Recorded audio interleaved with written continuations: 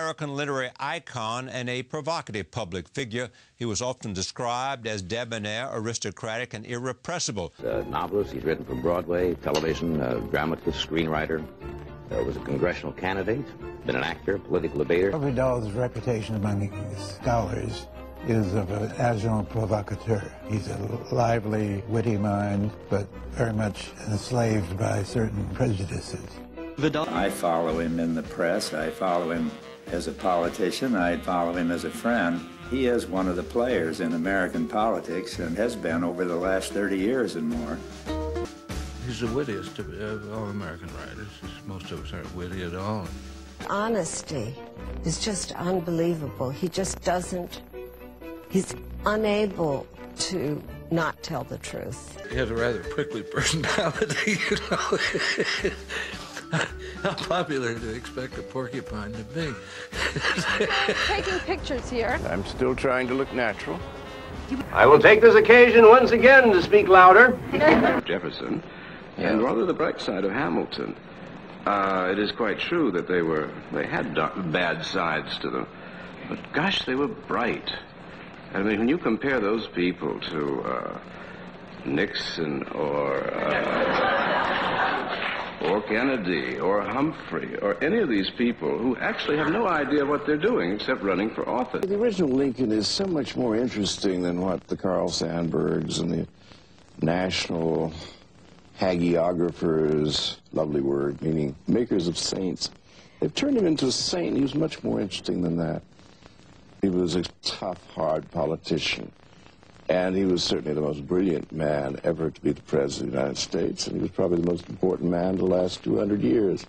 He said once, "Where would Lincoln have been without the Civil War? Just another railroad lawyer." Well, that's about it. I mean, he figured out wartime presidents just as this silly little thing we have now as president. Would go in for such skullduggery, blackmail that goes on. And I knew, of course, that is exactly what has always gone on. Jackie used to mourn. She said, "You know, we spend all this money trying to find out things about the other side, and we never use it." She looked tragic at the thought of all that money wasted.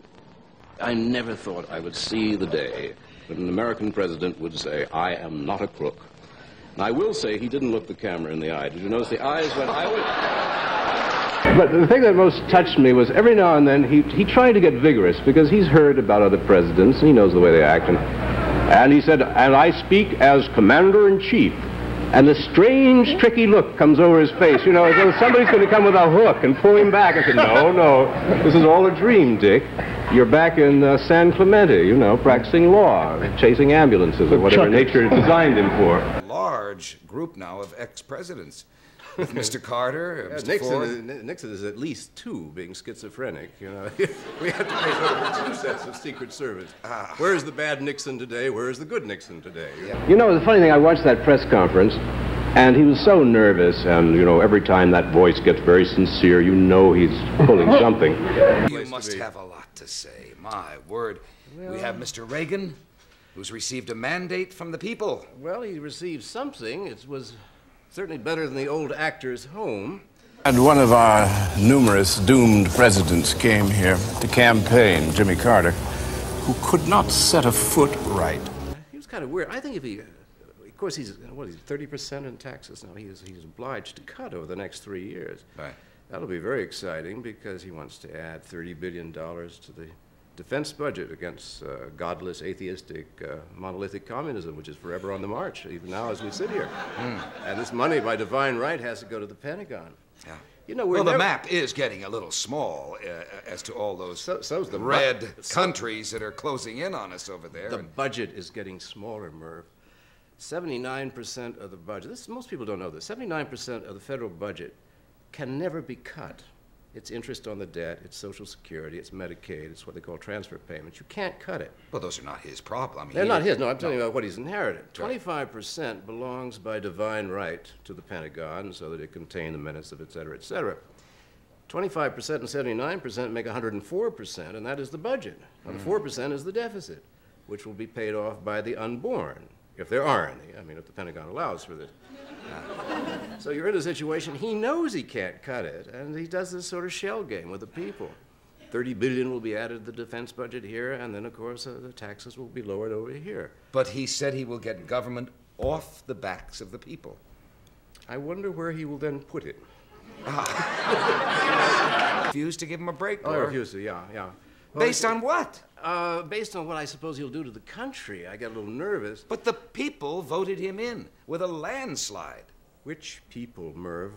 1 in 4 voted for him, 1 in 4 voted against him, and 2 out of 4 didn't vote at all. This is not a mandate. This is barely I don't know, a boy date. But whatever it is not a mandate. Ronald Reagan's library just burned down. Both books were destroyed. But the real horror, he had not finished coloring the second. Now, if I were he, to be really shrewd, he ought to let his hair go white. And just simply say, and just suddenly appear, after all those years of that waxy buildup, just... Now, wait, he denies that, and they've come up with proof, and he hasn't touched his hair. Oh, well, maybe somebody else touches it. I don't think... I myself would be nervous to touch it, as it looks alive. I mean, that hair looks as though it might suddenly seize you. I was offered Reagan as an actor to play the part of a presidential candidate. And I told his agent, I said, no way. Ronald Reagan would never be convincing as a presidential candidate. And poor Ronald Reagan had to become the acting governor of California and now the acting president of the United States. A great warrior. Well, he smashed up his airplane. Normally, you get, in the Navy, normally you get court-martialed for that. Then Mr. Magoo, blind, misses the point to everything and is always, stepping off a cliff. Senator McCain is Mr. Magoo. Well, most empires must begin somewhere, so there's the Roman Empire, which began on the Tiber River about 800 BC, right here in this extremely noisy city. 7 hills, a river, and then gradual expansion throughout the known world. And that would be the equivalent of the 13 original British colonies with which the United States began. Now here you see the Roman Empire absolutely at its peak under the Emperor Trajan. It includes all of the known world, and the Romans were the dominant power on earth. The equivalent to that would be, for the United States, the period from about 1945 to the present day, when you find our bases in Latin America, Australia, New Zealand, Western Europe. We are everywhere. So our empire is now global. Theirs was local, but ours is breaking up, and theirs did last 500 years. I saw through the myth of the Cold War almost from the beginning. I was a Washington political kid from a political family. Roosevelt first had radio because he had this great speaking voice, and everyone liked to hear. Truman proceeded to break every arrangement that Roosevelt had set up for a peaceful coexistence. And Truman thought that it would be a good idea. Why not just stay armed all the time? And then he devised the national security state. You've got to go up and swear allegiance to the United States or else you're a commie. I mean, we had imported fascism. We get Dwight Eisenhower, who said that we have this great military industrial complex. It is a dangerous thing. And he said this is going to change everything. And the way our country is governed is going to change us politically. Along comes Jack Kennedy, who wanted to make his mark, believed in the Cold War. But he said, in this kind of politics, it is the appearance of things that matters. I think everybody should take a sober look at the world about us. The national security state still exists, only it isn't communism anymore, it's terrorism. This is the most serious thing that has happened in the history of the United States. Knowledge is power. We need an honest new system. I think as the times get bad, and I see darkness all around me, and I see these disintegrating cities, and I watch these frightened people. They're getting scared. I would be very inclined then to return, because if there is a disaster, then you have a part to play.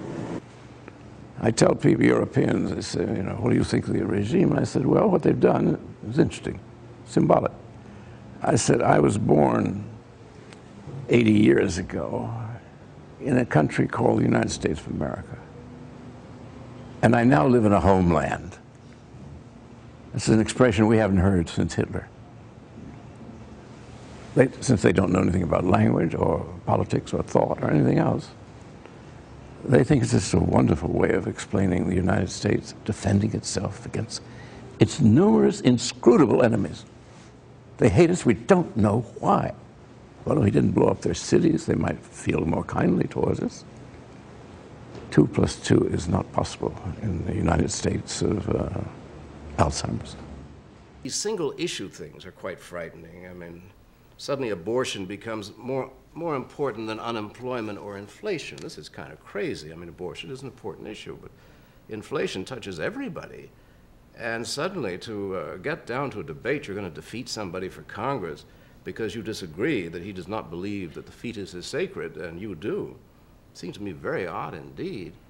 And if I'd been in that press conference, Nixon said, now we can't move out of there because we would, of our role as the keeper of the peace in Asia.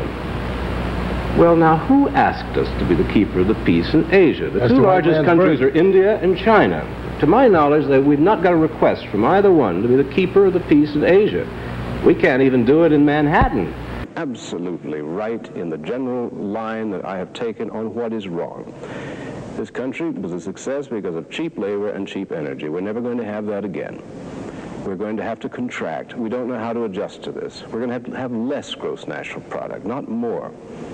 I mean, we're headed for a complete economic crack-up. There is no doubt about that, and I can quote you any number of bankers from one end of Zurich to Basel. Are you too broken? The first thing you have to do is get back habeas corpus. You've got to get back the Magna Carta. You've got to get back our legal system. You've got to get back the pillars of the Constitution. And they're gone. Republics don't restore themselves.